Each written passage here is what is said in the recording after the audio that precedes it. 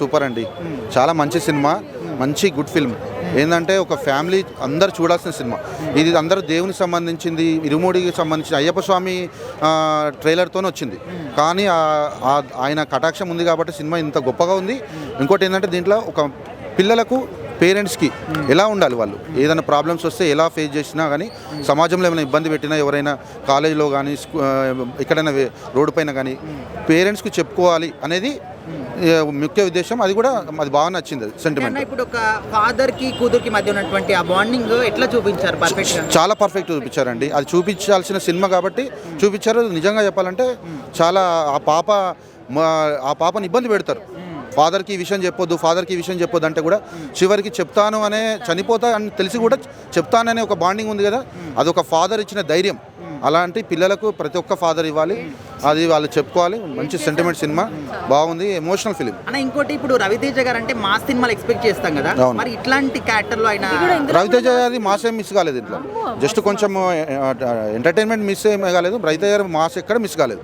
Mass తీశారు, అయినా family తీశారు, సెంటిమెంట్ తీశారు, అన్నీ తీశారు, భక్తి తీశారు, అన్నీ ఉన్నాయి. ఎక్కడ సాంగ్ లేకున్నా సరే అండి, మనకి ఇప్పుడు అన్ని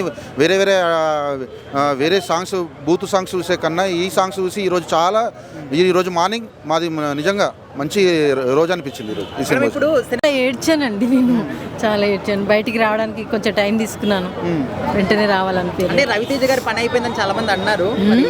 ఎవరన్నారు? ఆయన అంటే పడని వాళ్ళు, నచ్చని వాళ్ళు అంటారు.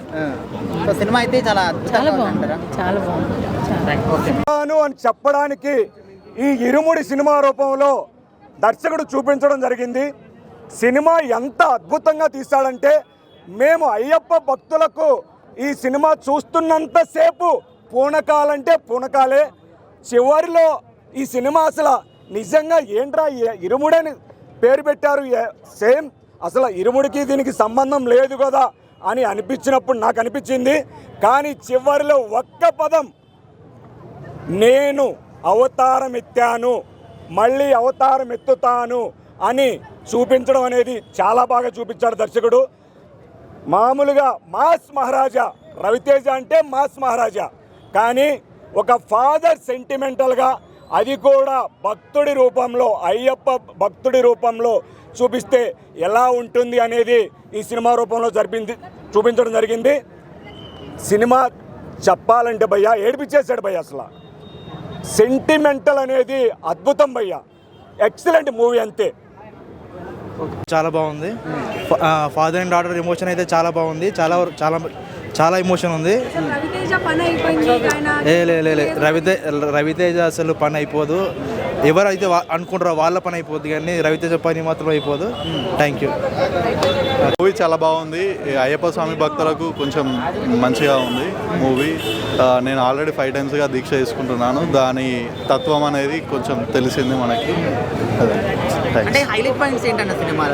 సినిమాలో అంటే మాల అనేది ఎప్పుడు ఎన్ని కష్టాలు వచ్చినా అని తీసుకోవాలి, దాన్ని వదిలేయద్దు అనేది కాన్సెప్ట్. అంటే తండ్రి కూతుర్ల మధ్య బాండింగ్ ఎట్లా అనిపించింది? చాలా బాగుంది.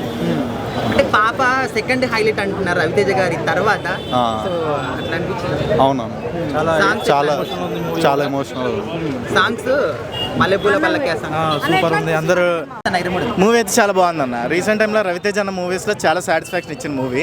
అండ్ తన యాక్టింగ్ కూడా చాలా బాగుంది.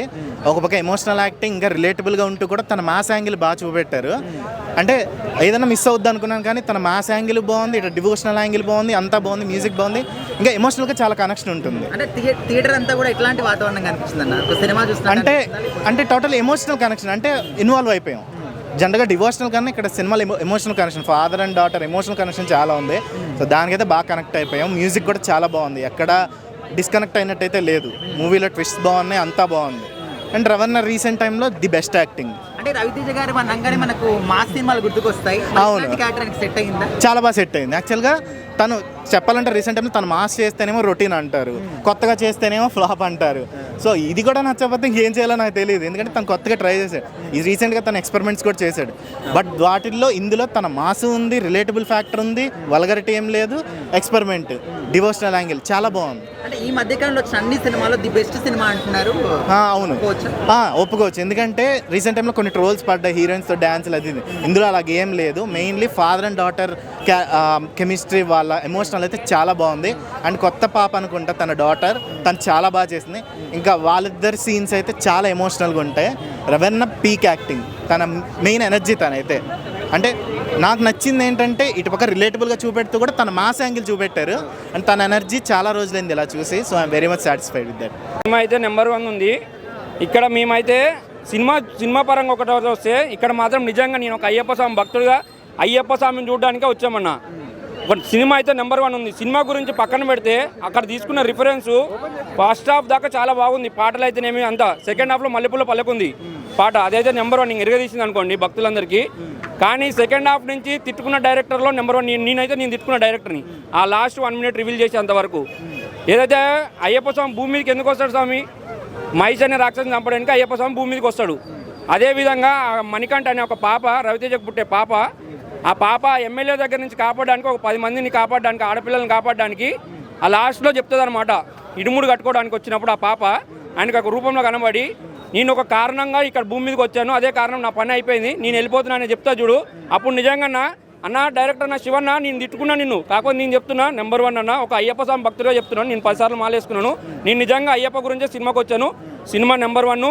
లాస్ట్ నువ్వు రివీల్ చేయకపోతే నిజంగా సినిమా మాత్రం అటర్ ఫ్లాప్ అయ్యేదన్న. కాకపోతే అయ్యప్ప స్వామి భక్తుడే చెప్తున్నా, ఆ 1 మినిట్ అయ్యప్ప స్వామి రిఫరెన్స్ వల్ల నెంబర్ 1 హ్యాట్స్ ఆఫ్. సినిమా మాత్రం సూపర్ డూపర్ హిట్ అన్న.